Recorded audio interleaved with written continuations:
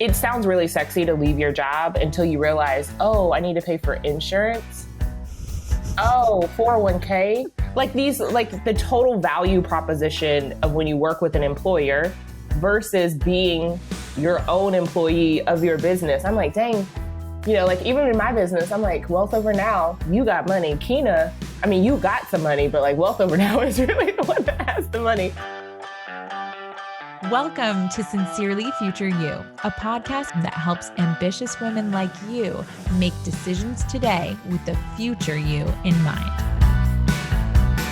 All right, Hapsters. Keina and I, we met in a mastermind. We both are coaches and we both coach on money. I also coach business owners on time and on their CEO mind drama, but Keina really is like all things money, all things personal finance. So tell me, if people are coming to you, what are you guys specifically working on together? If they're raising their hand, they finally identified themselves as the Keina lurker. It's me. So I work with like professional women and solopreneurs around money. And I mean, I know that we do the same thing, but I think the people that are coming to me self-identify with the fact that like they're making more money than they've ever made before, but yet they still feel like they don't feel more ease or they don't feel more in control. So they've been making more money because that's what we're told, right? Like make more money. And so you assume that if you're making six figures, then your life is going to be better than making $30,000 a year, which in some ways, like life is better. But when they're specifically thinking about spending money, they have thoughts about spending money. If they're thinking about looking at their savings, like they have thoughts about how much money they do or don't have saved, or they have thoughts about their debt. And then I also have like a unique little branch in there as well. Like some people come from family money and they also have thoughts about it. So it's all centered around thoughts about money. Some people that get on a consult with me will say like, I'm a Keina lurker, which someone deemed that they've been like lurking, right, on social media. So that's a big thing. So tell us why people lurk you, because I would say it's the same thing. People are kind of probably even scared to engage with our content because what do they think is going to happen? Well, I think it's like raising your hand to say you have a problem, right? Yeah. And so you don't want to self-identify as the person that has the problem. There's just so many things about money that are shameful. And I don't know what you say to your people, but like I will joke with people in consults, and I've said this in my content as well, that like it's going to feel like you're showing me your underwear drawer, right? Like I think everyone can relate to that, where you're like, no, don't look at those. I've had those since high school, but look at these. I just got them last week.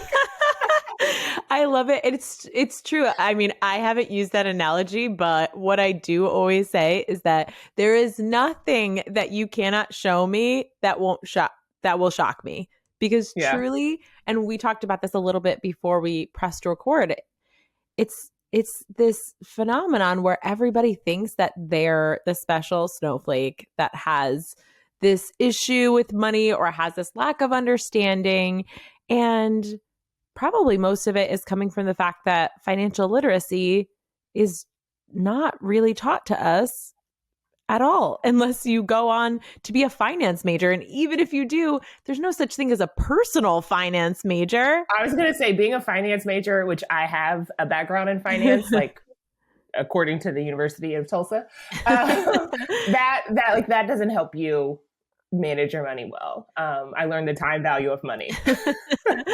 And so before we even dive into what we help our clients with, it's like, can you tell me what was your journey to having all of these healthy thoughts about money? Because I think mine was very odd and unique, how I ended up being someone who coaches on money. And I just, I always I wonder how we landed here.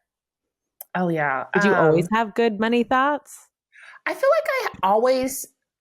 like I learned how to manage money like early on. Like I think about college. I was rich, by the way, in college. I made $300 a month for work study. Oh yeah.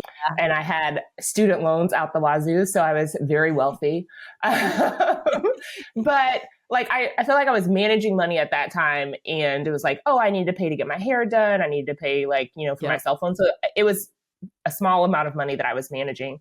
But then, like I said, I have a major in business and finance, or management and finance. And I actually signed up for Teach for America with my senior year of college. And I was like interviewing for grad school because I was going to get an MBA. Like, all of this to say, I was destined to be wealthy. But then I decided to do Teach for America and turn down a job that was making, I think I was going to make $55,000 a year coming out of college, with a job in oil and gas that I accepted. And then when I accepted the Teach for America offer, I was making like $30,000 a year. And so like, that's when I started having like a budget conversation, literally with this guy that's recruiting me. I was like, tell me how I'm supposed to live. $30,000. Where were you moving to for Teach for America? I was moving to St. Louis, but I knew I had student loans. And at the time, you think like nobody would actually give you money like in a loan form if you couldn't afford to pay it back, right? Like that wouldn't be responsible. So I got it right. That's what I thought. Yes, the misconception there. So me focusing on money really came from wanting to do something. Like Teach for America for me was really about like passion and wanting to help people. In this particular case, it was like helping students. But not feeling, it was like, okay, but how can I do this if I don't feel like I'm making enough money?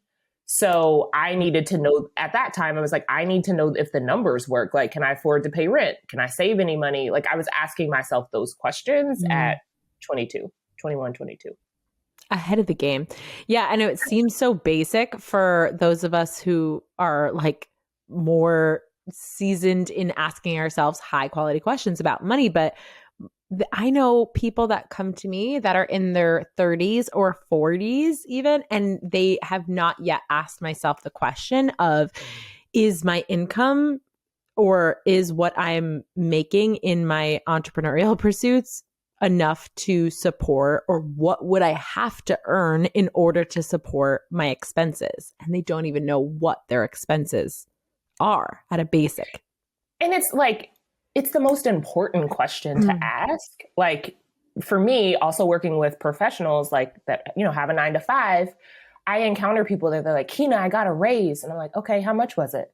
And they come back and tell me $5,000, which I'm not knocking the $5,000, but I'm like, do you know the purpose of that $5,000 in your life? Do you know that they're going to tax it? So really, you're only getting like $2,500 spread out over the course of the year. So really, you're getting about $100 extra a month, right? And so there's like a misalignment for a lot of the people that I work with because they don't know their numbers and they're scared to budget because, you know, budgeting is like a dirty word.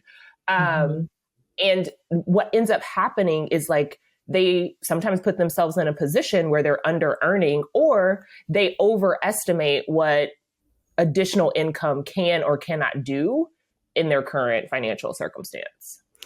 Yeah. And I think that, so for those of you who are listening who are like, oh God, and you're feeling that like underwear shame that we are talking about, where you're like, oh my gosh, I haven't asked myself this question yet. I don't even know.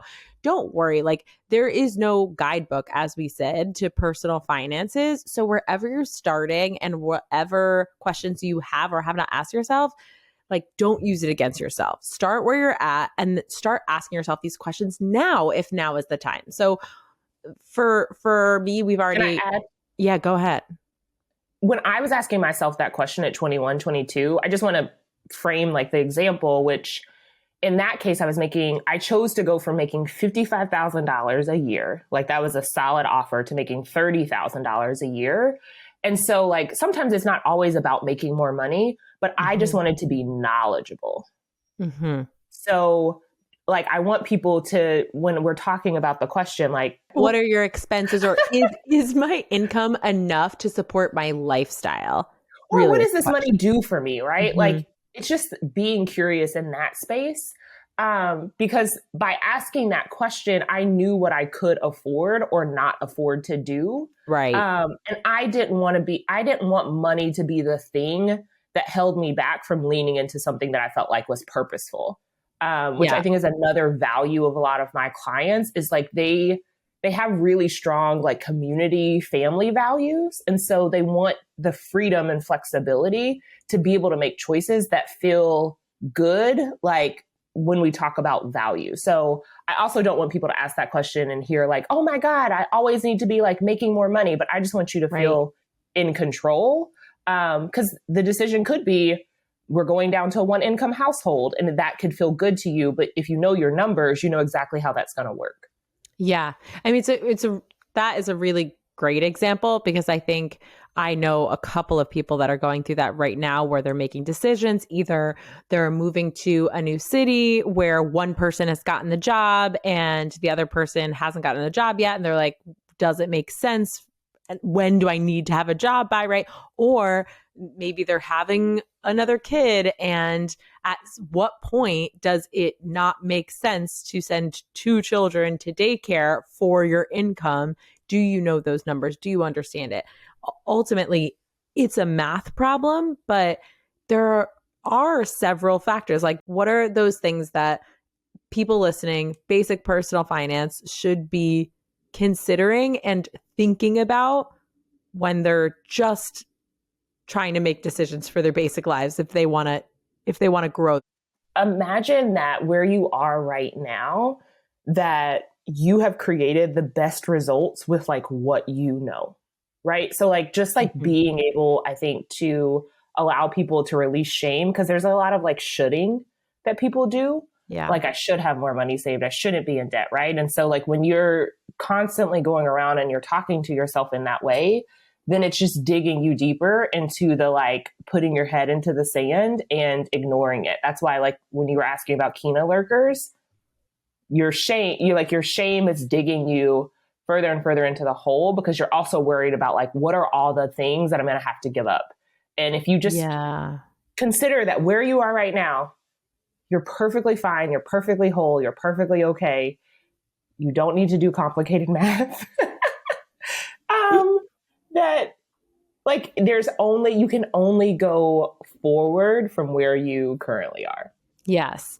Yeah. It's good news. I mean, what I was saying, and I think I have such a healthy relationship with the word math that you're right. It's like so not triggering to me. And I do think, because I work with entrepreneurs, like a lot of them maybe have a more healthy than the average human being relationship with that word.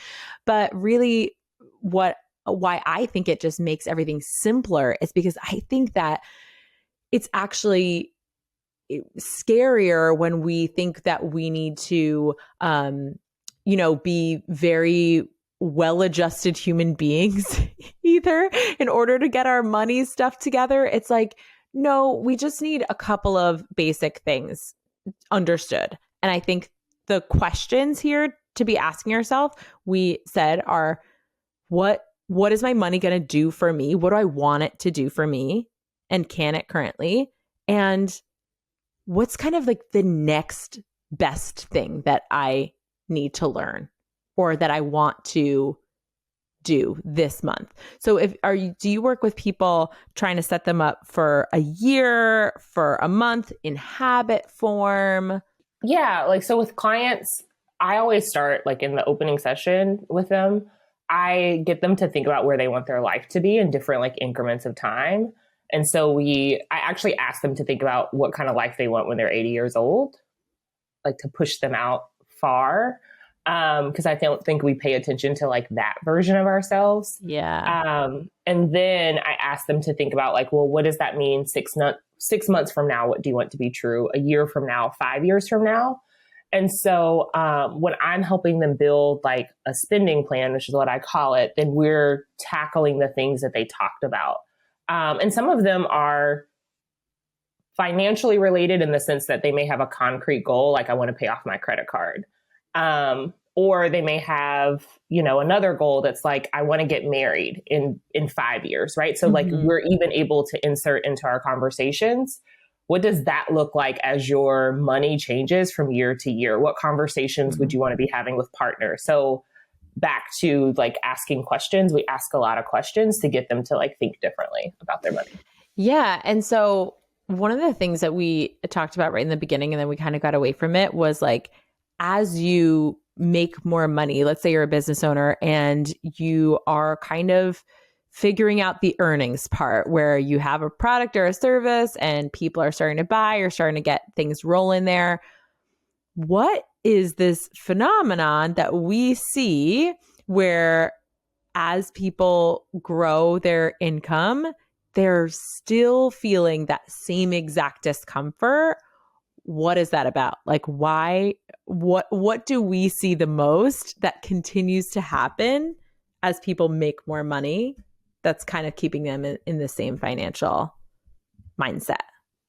I'm curious on your thoughts first.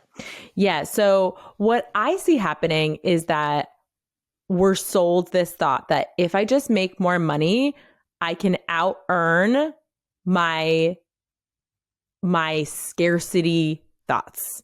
And we said the thoughts and feelings are really at the core of it. And if you believe I don't have enough money, I need more of it, that thought has no end, has no bottom to it, right? It's like a bottomless pit. And we just need to earn and earn and earn. And the other thing is that when we're operating in our day-to-day based on I don't have enough, that feeling of not enoughness often causes us to want to spend in order to feel better. We want to spend because we think the spending more money is going to make us feel more enough, is going to make us feel more whatever we were looking for when we desired to earn more money, right? And so I think it's what we said all the time is that there's no difference actually between the money habits necessarily of someone who earns more money or who earns $30,000 or who earns $300,000. And we've seen it firsthand behind the scenes of people who figured out the earnings part, but they're just like, why isn't this getting better? What's happening? How do I solve for this? So having a spending budget sounds unsexy, but what I say to my clients is there's something that happens where my clients think, I don't want to experience deprivation. If I can't spend on this, I won't have as much fun, or I won't have as much pleasure or as much joy. And what I'm watching happen for them is actually the things that they're buying are not causing them joy. What they're experiencing is a lot of stress, a lot of overwhelm, and a lot of lack of control, really. They don't feel like they have control over their life because they're spending and then they're in this situation where they're like, I need to keep making more money. So if you're listening to this and you identify with that, I would just ask yourself, can we rewrite our thoughts about control and about joy and a pleasure? Does joy and pleasure come actually from you spending on these things consistently? Or is there a deeper well-being that comes from feeling like you can trust yourself and know when you want to spend and when you don't want to spend? Does that make sense? Or do you see that with your clients? I definitely do. I wrote down a couple of notes because the last part you said is like people, as they're earning more money, I think it goes back to the first question that we were asking, which is like what will my finances right now currently allow me to do? And I think the fundamental breakdown for a lot of people is like there's a gap in understanding for like the lifestyle that they desire to have and how much that costs. And they may actually have enough, but they haven't actually like mapped it out. Like I always tell people, when I think about budgeting, I think about it in terms of expansion.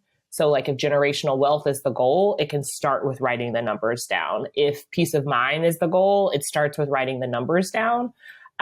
Because I think the habits that people have at $30,000, $40,000, whatever, is under six figures is like, well, let me just pay the bills.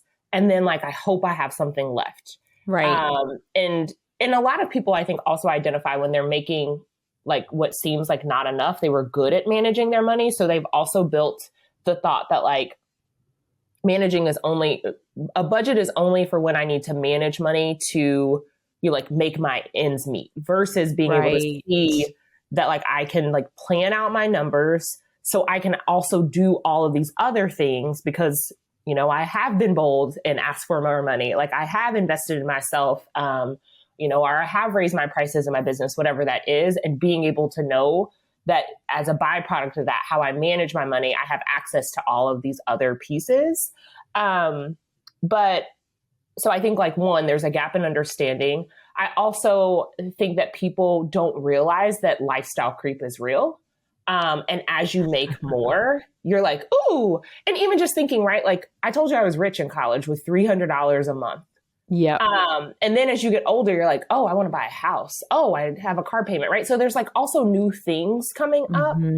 And some of them are actually needs and then some of them are wants. But when you aren't actually assessing what's happening in your life and you're just going for like whatever that offer amount is from your job or whatever you think your goal is in your business, you're just kind of like blindly chasing money because you're not actually sitting down and looking at the facts. Because like you were saying, those scarcity thoughts where you're attaching that like, well, I make, $1 million a year, so I shouldn't have to budget. I make $300,000 a year. I shouldn't have to budget. And I deserve, this YSL bag. But you can have all of those things and have peace of mind if you just sit down and look at your numbers. Yeah, right. And that's where I came back to. I was saying it's just about doing the math, but it's really just about looking at your numbers and understanding and just making some decisions ahead of time about where you want to spend your money. And let's just talk about, since we do have entrepreneurs that are our clients, let's talk about paying ourselves a salary versus owner draws. Because I know this must be something that you teach your clients how to do, because this is one of the most consistent things that I see. Like those people that reach multiple six figures or six figures pretty quickly in their business really struggle with, where it's like you said too, it's like, oh, I'm making all this money. And it just kind of, you want to just take it from your business and put it into your account. And there's no understanding of how do I get it consistently? How do I actually treat my business like a business? How do I treat my income as if I were an employee of my own business?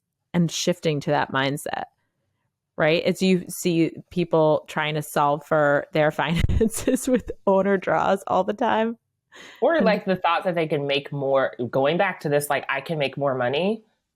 Like if I have a $10,000 a month, I'm like, yeah, that doesn't mean anything. First off, if you're lucky, you get to take home like $3,000, right? Yeah. Like, I feel like when people get into business, they don't think about the financial piece of it. I also don't think there's a lot of good like resources to help people think about, like, it sounds really sexy to leave your job until you realize, oh, I need to pay for insurance.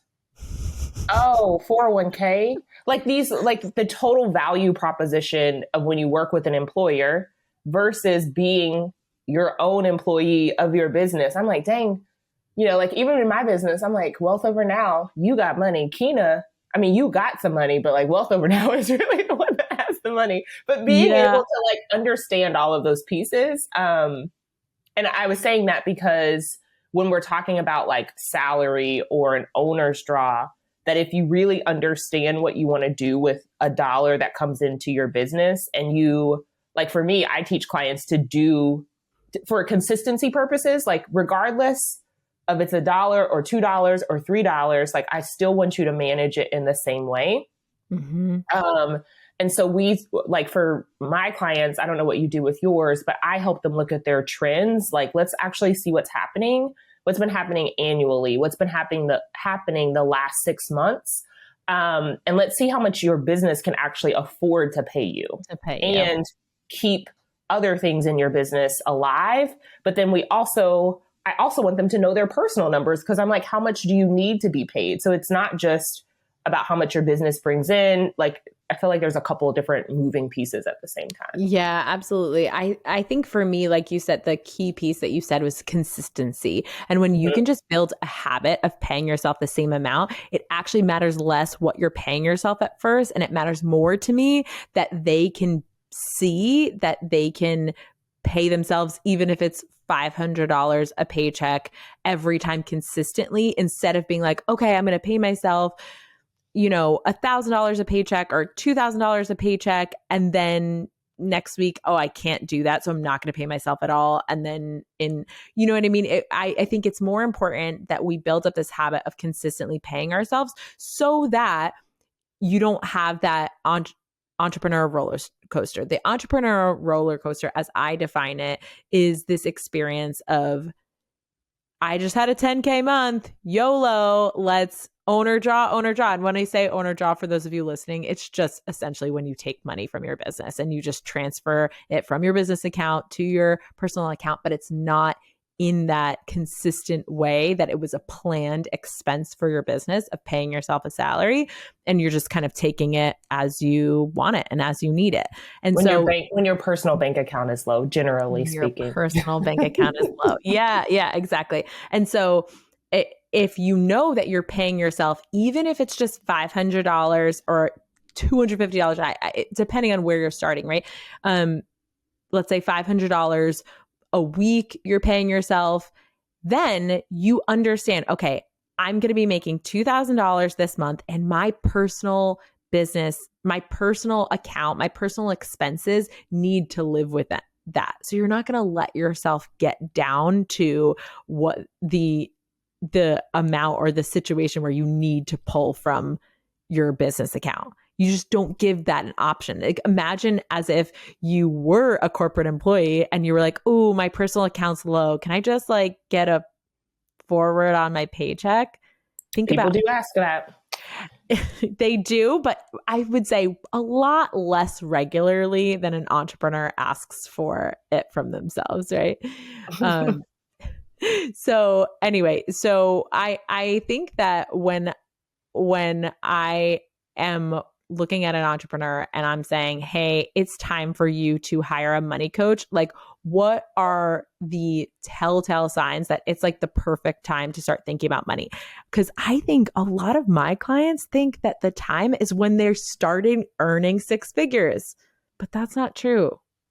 What are the things for you that you say that they're going to get out of it? I think my clients self-identify business owners when they're in that like feast or famine. So when they're noticing the trend of like, I'm making more money, but I'm not experiencing more control. Or I think another telltale sign is like, these taxes came out of nowhere. I'm like, no, honey, they didn't. You knew you had to pay taxes. You didn't have a plan for it. Right. And so I think like those are generally the things that bring business owner to me, because they are describing themselves as like in that feast or famine cycle, or the taxes have kind of caught them off guard. And they can look and see like, I make way too much money for this to be happening. Yeah, I agree. I think that if you're an entrepreneur listening, how you know that it's a time is if you want more peace of mind and control with your money. It doesn't really matter how much money you are earning. It matters that you have an understanding of what you're going to do as your business grows. And there's not a better time than now to get a handle on your personal finances, especially as if you have a lot of control over when that money is coming from, if you're in the habit of pulling money from your business.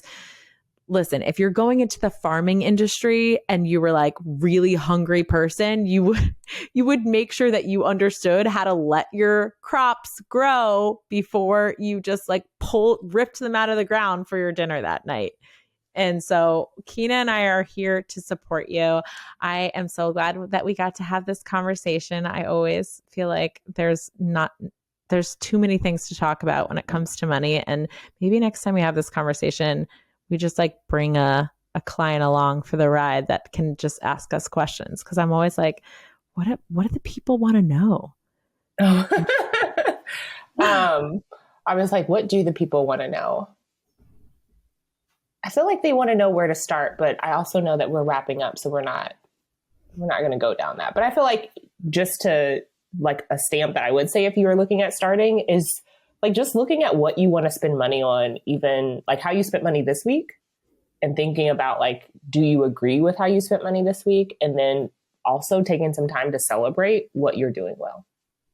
Yeah, my producer, I think, has a question for us. What do you want to know, Christine? Thank you. What are 3 habits that I could start right now to build wealth for myself and my business? Okay. Do we want to tag team this? What are you thinking? I mean, I think the first one I would say starting right now is contributing to your retirement. So as a business owner, setting up, like talking to your accountant, talking to a financial advisor, getting a SEP IRA or solo 401k set up. And I think it's as similar as paying yourself consistently, like just contributing some amount.